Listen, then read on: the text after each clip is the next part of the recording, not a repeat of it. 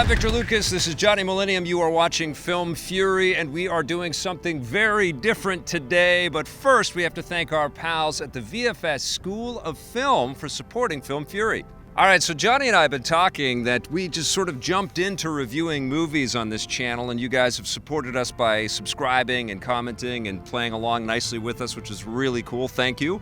But one thing that we haven't really done is kind of help to define who we are and what our tastes are in movies on this specific channel. I think if you follow Johnny on Happy Console Gamer, I did my top 20 movies of all time, and you did? And I've done lots of discussions. We did our top 100 movies and games of all time on our EPN channel, but we haven't really done a Film Fury version of this, so we thought we would do our personal top 3 favorite movies of all time. Johnny's going to do his, I'm going to do mine, and I think we're going to start with your number 3, Johnny. Wow, I wonder if you remember this movie. Yeah. I'm just going to say it, Buckaroo Banzai. Oh my God, yeah. 1984. That's your 3rd favorite film of all time? I know. Holy crap, there are a lot of movies, Johnny. I know, do you know what? I always have to defend this one, but hey, I can say this, the writer of Ready Player One agrees with me. Ernie Klein, yeah. Ernie Klein. Yeah. I sat on a podcast talking to him about it. We both love Buckaroo Banzai. It was cool, yeah. Peter Weller, man. Peter Weller, yeah. He's coming off RoboCop, right straight into that. Yep. And let me say, the movie is batshit crazy. It is. It's insane. You know, he's like a neurosurgeon. He's a rocket scientist. He's going through mountains in a rocket car. Yeah. You know, fighting aliens, giving advice to the president. It's absolutely ridiculous, and it's a hard one to recommend. I've recommended it to people. They've watched it and said, it's pretty dated.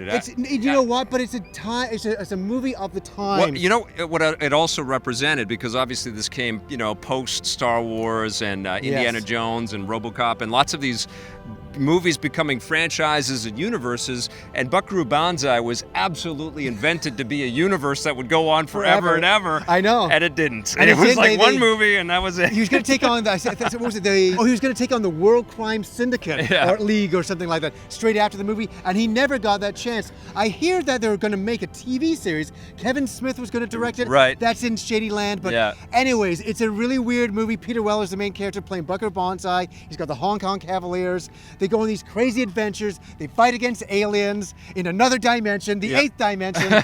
It's absolutely ridiculous. I have a hard time, recommending it. It's just one that I saw in '84, and as a young guy collecting comics, I just related to it so much. I get it, and I think it's totally damn cool that you pick something a little esoteric as your number 3. Weird. I picked a very small little movie you might have heard of. Maybe some of you have heard of it. It's called Star Wars: The Empire Strikes Back. Has anybody ever heard of this movie? Never heard of it. Yeah, this was the second Star Wars movie that came out in 1980. I was first in line to see it at the Stanley Theater in Vancouver. I skipped school. I think I got on the news that day. Wow. I stayed for 2 screenings.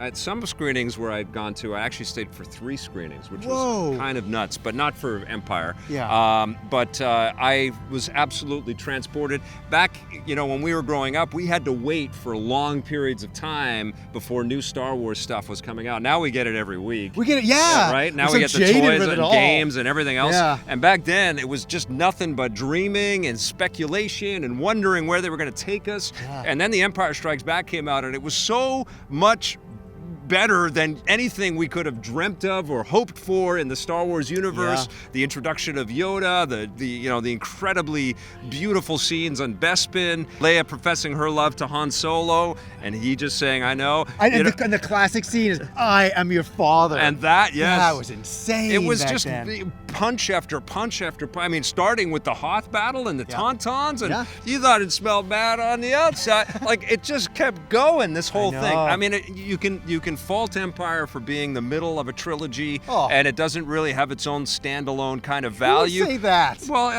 I think you could justifiably say that this would be a weird movie to see out of context, but in context, it's perfection, and I can't believe I put it at number 3, but that speaks to the quality of my other 2 movies. And here's something I gotta say. The reason why I didn't pick Star Wars is not in my top 1 or 2 movies. Whoa! And do you know why? Why? Because It's like because it's your lifestyle. It's like it's a universe. It Right. surrounds everything. It is that binds big. us. It's bigger. It penetrates us. It's true. Right. But it's almost bigger than all those movies. It's almost like a religion to me. Sure. But it's not like, oh, it's just number one. It's like it's better than number one. It's something else. It's number infinity. And number infinity. We'll go there. Anyways, we'll move on. Great choice, by the way. How Thank can you. that be a wrong choice? Yeah. My second favorite movie of all time, John Carpenter's Big Trouble in Little China. Oh, that's nice. With Kurt Russell. Going weird with your list. I love it. I love it. It's not weird. I grew up in the 80s I like know, you did. I and know. These are the movies I was watching when I was a kid. And Can we just say, because we just got Kurt Russell again in Guardians 2, what a gift, What a to gift. movies this Oh, guy yeah. is, right? Like, Yes. he's played so many cool characters. Did you see Soldier with Kurt Russell? That was like in the 2000s. Yeah, a long time ago. But yeah. he got it buff. Like, that guy is just amazing, right? Escape from New York. And Escape from New York and The Thing, and like even back to the Disney days that he used to, like, incredible dude. He's right? an amazing dude, and Yeah. he steals it as Jack Burton of the Yes. Pork Chop Express Yeah. in this movie, taking on David Lopan and all of that Yeah. stuff. I love the movie because it's magical, And it's it's mythical, insane. and it's insane, and he's the perfect anti-hero. Yeah. He's not the perfect guy. He doesn't have all the best moves. Well, clearly he's a flawed influenced hero. by, the stuff that Harrison Ford was doing with Indiana Jones, but scaling it forward into the Or 80s. make it comical Yeah, and doing it so over the top. And 80s, yeah. also, remember BJ and the Bear? Remember trucking became a big deal? Convoy? Like, all of a sudden, like, these truckers became hero. Even Smokey and the Bandit? I can't believe you're bringing up BJ and the Bear. I know. Nobody's going to even know what that is anymore. Totally dating myself. It is right really now. dating, but an incredible film. Anyways, everybody, you got to see Big Trouble in Little China. You have a lot of fun and all that. Absolutely. What is your number two? My number two was Christopher Reeve in Superman the movie in What? 1978. Yeah, Wow. you always ask me why I love superhero movies so much. I could trace it all the way right back to Superman the movie. It is still my favorite superhero film. I love the movie as well. There are lots of great superhero films, but I think Richard Donner and his amazing creative ensemble, led by the perfect Superman, a guy that you looked at and you went, this guy is Clark Kent, and he was is Superman. perfect, yeah. And he embodied that, and he carried that mantle with him so elegantly. Even when he'd guested on Smallville years later, after the tragic accident and everything, he was just this heroic human being, and I just loved that film. I loved the reverence that they had for it. I loved that it played with a lot of the late 30s mythology. They traced it all back to that. The Krypton stuff with Marlon Brando as Jor-El. The theme song. So I want to kind of John Williams, yes. The theme song is Yes. so iconic. Yeah. If you ever feel like you can't do something in the morning, put on the Superman theme song. Yes. You'll be blasting through your day. Yeah, so I mean that is a movie that still stands up. Gene Hackman was incredible. He was really good. Ned Beatty as Otis, Valerie Perrine, and of course Margot Kidder was fantastic as Lois Lane. I loved everything about did it. It was too. so romantic and so Perfect. perfectly done, and the effects were actually pretty cool. And it was all sort of held together by the glue of that Christopher Reeve kind of was. And back then, you didn't get a superhero movie every week, so it's a major event to get Superman. And then the next thing we would get would be Batman in '89, pretty much. Absolutely, but Superman kind of set the tone, and it was, as Jeff Johns and Kevin Feige both just honored Richard Donner at this Academy event recently, and Donner was really hesitant to take on that work. He didn't want to do Superman until he read the terrible script where they actually had Telly Savalas turn around and say, who's looking at you, kid, or whatever, like pretending to be Kojak instead of Lex Luthor. And then Donner said, no, I'm doing this because I care about this character too much and I want to do it properly. And he did, bless his heart, and I love Superman the movie, will forever. Very good choice. All really right. good choice. All right, well, we're down to our number ones. What are you going to pick for your favorite movie of all time? It's a movie that I'm really scared about the sequel for, and the sequel's coming out in a few months' time, and that is Blade Runner. Saw it in 1982. My father took me to see it downtown Toronto. We walked out of the theater, and I remember looking around at the city and going, oh my God, this is going to be our dystopian future.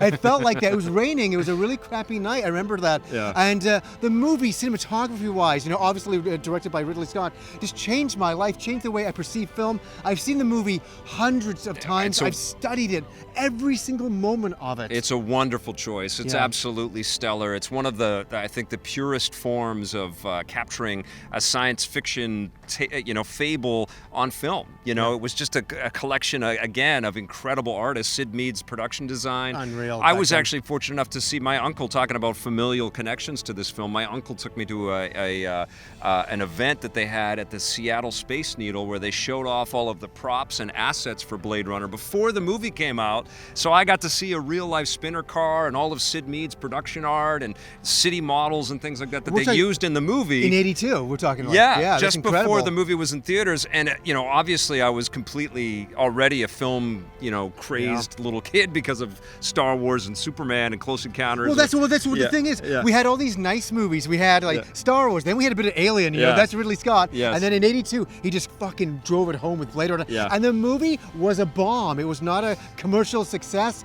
But over time, it's gained a cult following, and I'm one of those people that saw it in the theater. Thank God I saw it in the theater. Yeah. I mean, it was just life-changing. Well, the other thing is we've gotten closer and closer to that future, too, right? Like, date-wise, but also, it was Roy Batty's birthday a bunch of months ago. Yeah, but it's also feeling like we are edging closer to a Blade Runner reality, like all of the photographic technology and stuff like that. I remember Zoom in. I remember to the in left. 82 watching it with my dad, and I remember Harrison Ford calls up Sean Young in the movie, and he's talking to her on a video phone. And I remember thinking at the time, could you imagine having video phones? And now we have Skype. We don't even think about it, but it was a big deal. Now we make TV shows for phones. On phones. It's ridiculous. On phones, yeah. It's ridiculous. So that's my choice. We're driving it home. Excellent choice. Thank you. Excellent choice. We're number one here, man. What is your number one? Anybody that knows me and has ever seen me walking around the streets of Vancouver with my satchel on probably can guess what my number one movie is. It's Raiders of the Lost Ark, which I think is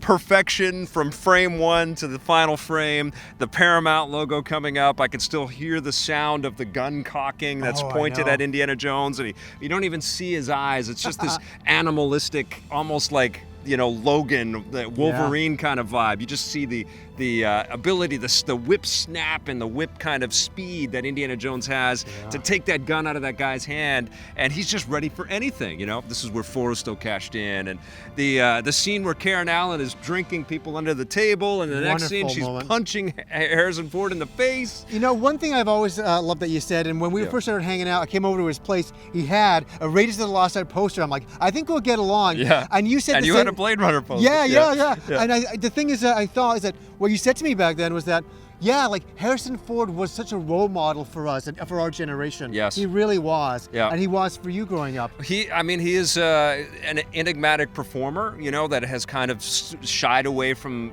the celebrity kind of spotlight. He obviously gets thrust into it, and he deals with it as best he can. But he has always been a guy about the work, and he's been pretty judicious about the projects that he attaches his name to. And, think about what this guy is leaving behind. His legacy is impeccable. These are the greatest movies ever crafted. And to me, he is the greatest movie star of all time. And, a large part of that is due to Raiders of the Lost Ark. And interestingly about this movie, I was kind of nervous to go see it because I'm old enough to remember the trailers for Raiders in the theater.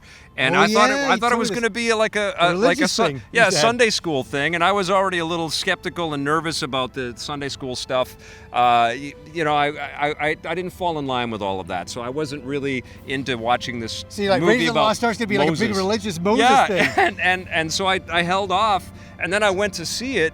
And I ended up seeing it 13 times in the theater that summer because it was such a transcendent, profound experience for me. It was. I remember I was a little kid. I must have been 8 years old. Yeah. And my father came home, and he said, I remember I was playing with a car or my Star Wars toys or something, and he's standing above me, and he says, hey, do you want to go see a movie tonight? And I said, yeah. I said, what's it called? He goes, I don't know. It's something like Raiders of the Lost Ark. I don't know. We're going to meet up with my brother and his daughter. We'll go and see it. And here's the thing that I remember, walking out of the movie theater, and this is all my father said as soon as we got out. He said, holy shit, what a movie. What a movie. Holy shit. He did that all the way to the car. I have a theory about Raiders too, right? And why it is perfection. And I think if you look at the whole catalog of Lucas and Spielberg and Harrison Ford, there's nothing quite like Raiders of the Lost Ark.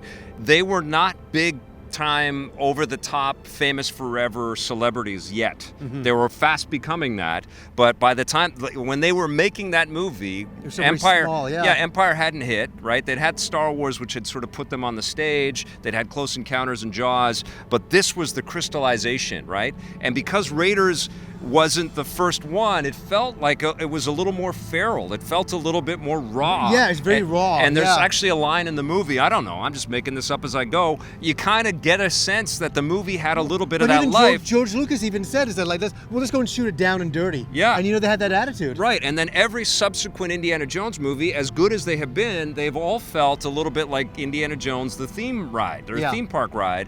Raiders did not. Raiders was vital and different and raw and seat of your pants.